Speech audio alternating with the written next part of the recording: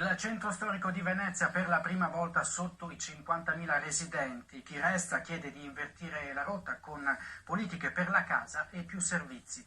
Federica Riva.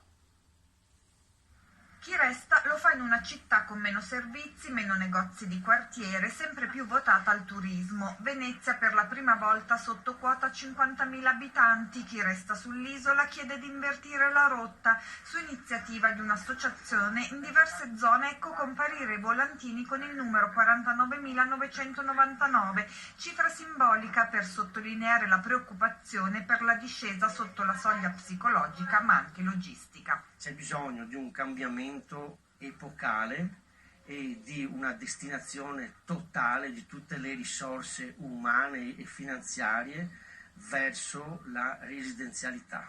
Sono decenni che si parla dello spopolamento, un fenomeno che sembra inevitabile. Nel 2002 il capoluogo contava 64.000 residenti, nel 2012 erano già scesi a 58.200. Si prova a mettere un argine. Abbiamo appena varato un bando per le giovani coppie. Noi dobbiamo recuperare soprattutto il ceto medio che può rimanere qui a far su famiglia, ma per far famiglia ha necessità di avere i servizi.